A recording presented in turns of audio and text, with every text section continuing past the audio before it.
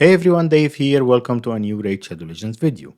This video will continue our conversation about faction wars, and today's faction is one that I've been asked for after I released my last High Elves video, and it's one of though the faction itself, it's Demonspawn. Let's just jump right into it.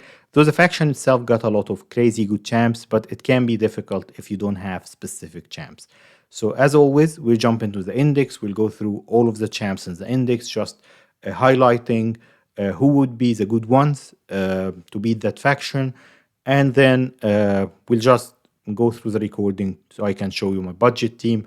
And last item is that I'll show you the builds of the team there. So, okay, let's go through the index now. Prince Khymer, one of the strongest non-void champs in the game. Some people even call him the best non-void. Actually, so this faction got the two best non-void Legos in the game in many rankings. Duchess, who's like the queen there, and Prince Khymer. Prince Khymer, why I won't go through all the kits, but he's doing that reset and he strips the enemy team from all of their buffs. So those Valk's waves are no issue to you. And then if you have a big move from someone there, you can just do the big move like Hifrax and nuke or whatever, reset with Khymer and do it again. So Khymer, one of the best. If you have him, he's definitely into that team. Tyrant Lexilimore, so he's Khymar's brother. You see, it's exactly the same skin. They just changed it a bit, but he's a burns monster. So he puts a light protection. He's really tanky. He puts HP burns, and he's very tank. And he heals. He got like automatic healing from his burns. So he's a great tank to protect the team and to apply damage through HP burn. If you have Tyrant, definitely use him. Countess Lix and Hifrak, both great damage dealers, but attack based, so they are squishy. So if you're using them, you'll need them in lifesteal to survive, unless you have like Duchess or any decent support there. Okay, now let's go to the star of this faction. Drixar Blood Twin is a guaranteed Lego that you'll get from the 3v3 arena shop or bazaar. Definitely, it's one of the things I'm recommending in my early game videos. 100% grind bronze 1, even if you don't want to climb higher. Get this guy in 100 days or 200 days or whatever. He's a beast. He can solo stuff on his own. Put him in lifesteal. This A2 that puts provoke with a good chance, not a guaranteed, but it hits really hard. He's defense based, he's tanky, he puts HP burns all day long with his passive when people attack him. Accuracy aura that you might need in Doom Tower hard. If you have a Drixar and you haven't maxed him yet, you're doing something wrong there. He's great, he's definitely in the team. Candrophone, one of the good damage dealers. You also got like some innate survivability and tankiness. So yes, good damage dealer. Cecia, HP burns all day long. If you pair her, for example, with Drixar, they will keep burning the enemy teams and they'll make your job easier. Vasalis from Doom Tower Hard, does he also apply? So 100% through fear on all enemies. Why I won't talk much about this guy? Because this guy is one of, I don't know if he's the second or the third Lego from Doom Tower Hard.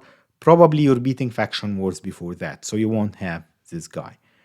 Wizir, one of the best support champs in game. She might be able to carry the whole faction even if you don't have Duchess.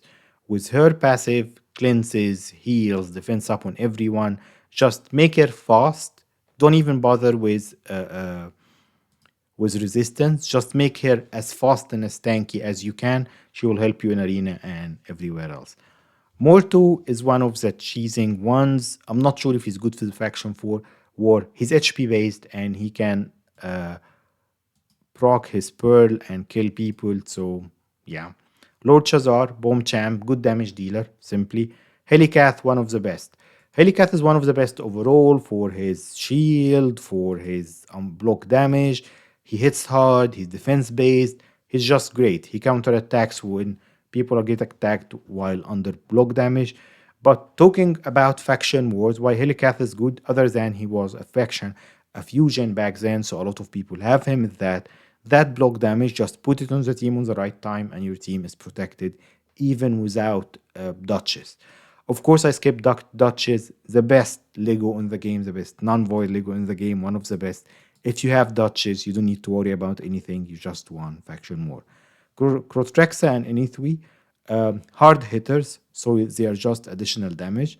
Okay, let's go into the epics. Allure is one of the best turn meter manipulators with her A1. She just needs to be fast, 100% crit rate, and she will keep. She also have sleep. You're building her with accuracy anyway for this, so she can help put sleep on people on faction wars. And yep, yeah. If you have Allure and she's maxed, you'll use her. Akoth, the Seared is one of the good options there. So you see here, he also defense based and applies HP burn, and you will have him guaranteed from Doom Tower easy. He's one of the first epics there. I think he's the second after Archmage Helmet, if I remember correctly. So let's talk about guaranteed champs to beat this faction. If you have Drixar and have Akoth, just build tanky teams. They are both defense based, maybe in life steal. And then we'll talk about, let me jump to the next one. Attack the Windarin, one of the best epics in the game. He's hugely underrated. He's in in-game spider teams. He helped me greatly in Doom Tower Hard because forget about the HP burns. He mostly puts freeze on people, and that's like 70 90%. With the masteries, that's almost 95 or 100%. He heals the team when like the HP burns tick. So if you have three champs, Attack is the only one that you'll need to actually pull from shards. Akoth and Drixar are guaranteed. Put HP burns on everyone. Put freeze so they won't take turns, and just watch them burn and keep healing out of it. So that's a good trio to have there. I think is Nazana the one with a life protect? She can provide some assistance there, but she's not that good elsewhere. So I'm just talking about the good ones. This guy is a bit underrated, if I remember correctly, because he puts increased defense on everyone and weaken on enemy. He got a provoke. He's defense based, so if you're stuck and you have him, build him tanky and lifesteal at level 50. He can do some damage there. Magnar, one of the best HP based damage dealers. Also, you need to put him in lifesteal or regen just to keep him healthy, but he's tanky, he's HP based, so you can work without it. So, going into the Void Epics, these three are actually good. Not specifically for Faction War, but you can use them for Faction Wars. Paid Magot, decrease attack A1, she's defense based. Decrease accuracy. Well, she hits hard, so at 50 with enough accuracy, she can do some damage. Umbral Enchantress, one of the best epics in the game. She's underrated, so she applied that 2-turn provoke. She's one of very few. I'm not sure if anyone else in the game actually applies 2-turn provoke. She might be the only one. Molly got 2-turn provoke, but it's 50-50. It's 1 turn or 2 turn. This one is a guaranteed 100% 2-turn provoke on all the enemy team. If put it in the team and then put it on Valks and they are blocked, or anyone else, which syncs greatly with this one, which is block buffs. These two skills, which are amazing. I've put my Umbral Enchantress in lifesteal just to protect her because she will be soaking a lot of damage. She does hit moderately, not too hard, but the good thing is that she helped me with Doom Tower Hard, and in Faction Wars, I made sure that her skills are available going into Wave 2, which is the Valks, if I remember correctly. We'll check now. She started with this. So basically, she prevented the Valks from putting their shields up, and then she provoked everyone, and that's really easy to cheese Faction Wars. She's one of the best epic there. Skemfoss got weird mechanic, and he steals turn meter.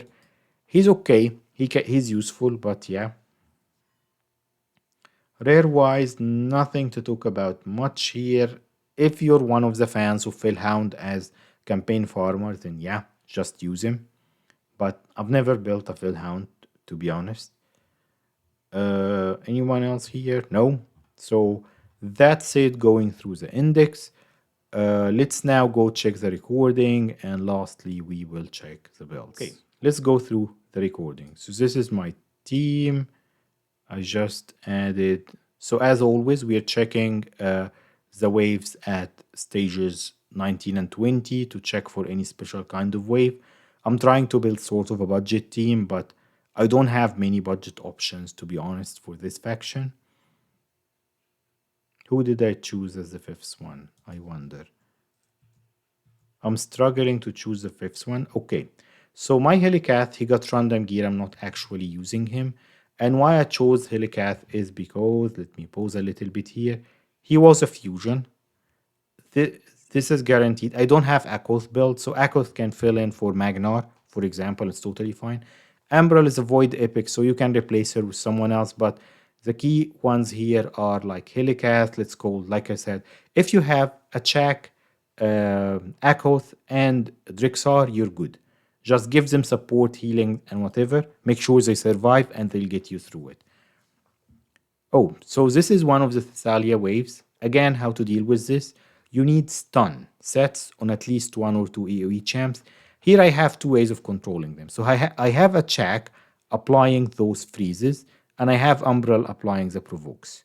You need to keep the Thessalia waves controlled, otherwise they will keep healing each other. I'm not facing any issues here. But yeah, so let's go through this.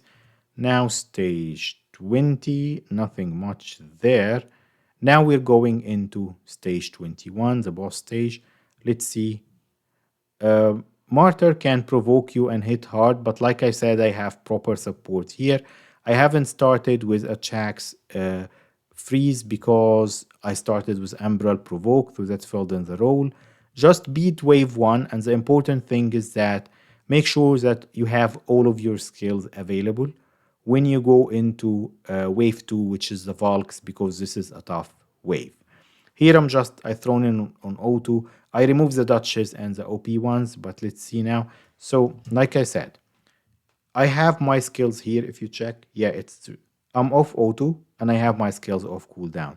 So I should start. That's what I was telling you. 3 turns block buffs. This is amazing. Ambrel is really underrated. For Hydra, even it's crazy. Don't use her as a provoke champ. Use her as a block buff champ, but she doesn't provide much. So role wise, you might be missing something here. You see here, so I'm just keeping the team tanky with Helicath. I've used the provokes, and because I've used the provokes with Umbral, I haven't used the provokes from Drixar. But yeah, let's see here. Basically, I'm not worried about them. They are provoked, they have block buffs. It's really easy, the easiest way to clear the Valk waves. Just keep them. You're also preventing Warcaster or this guy, I don't remember who he is, of applying block damage on them. So you see here, and if you build your Umbral tanky and fast enough, she will cycle quite quickly. Yes, it's 5 turns, but yeah, during faction war, you'll go through it with no issues. If you control those Valks properly, like intentionally, because that's what I heard from though this was recorded before that. But one of the problems you have on this faction is that if you don't have Duchess, you don't have Revivers. I don't have Revivers on this team. Yes, Helicath is block damage, but just make them tanky and lifesteal and you should be fine. Okay, and you need a stun set if you don't have that level of control. Why I would say it's not needed here, if you have Drixar and a Chak between the provoke and the freeze, you might need to do a couple of retries to make sure it's working, but it should be fine. So here I'm A1ing. I want to get my skills back before the boss stage. Let's check what the boss does here. So that's a provoking one. He's nasty. So this is the provoke, fear, and freeze, if I remember correctly. So two things. This boss does not revive the minions, so feel free to kill them. The other thing is that if you have a cleanser, or I think instead of the cleanser, I'm depending on a check to provide the block debuffs, just to protect myself a little bit from. Yeah, you see here, he got that 1 turn. It won't protect you all the time, but it's better than nothing. Then the burns from Drixar's passive should take in here. I've just left it on auto. And let's see. if we'll be able to survive with all of them. I don't even remember when I took that recording. The good thing is that so Drixar is applying burns with his A1 and with his passive.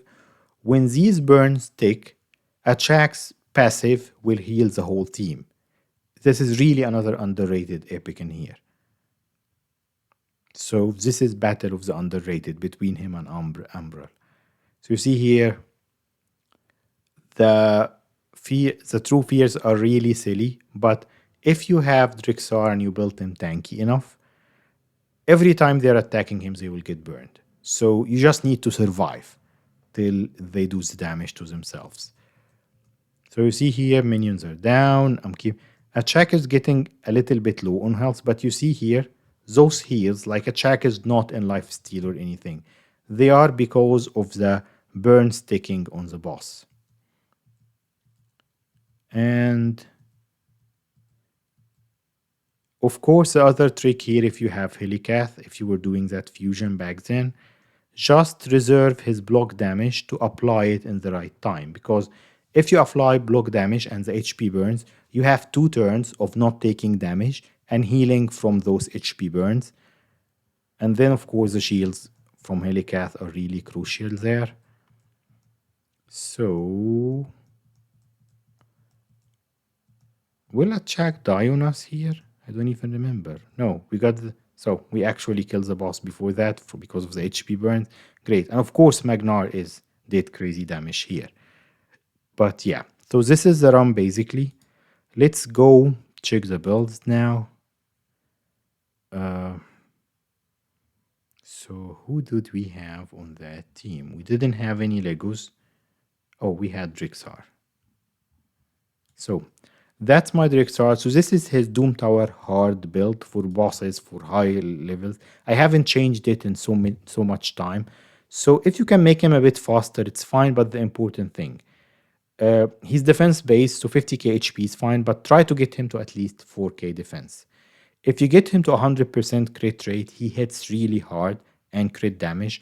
Why I'm not focusing on these, you see here, you don't need that resistance for Faction Wars. This is for Doom Tower Hard, for Eternal Dragon, if I remember correctly. Let's talk Faction Wars. This is Doom Tower Hard build. If you can achieve these numbers, great. What you need, 50k HP, 4k defense, 200 speed, 200 accuracy, and that's it. And he will do his job. If you can pump the numbers on speed, accuracy, give him resistance, that's great. Crit rate and crit damage, that's great. Life steal, I prefer my Drixar in life steal. So that's one. Helicath, he's in leftover gear. I've never actually used him. So I know you might laugh. I was trying to build him for Iron Twin, so yeah, but yes, this is leftover gear.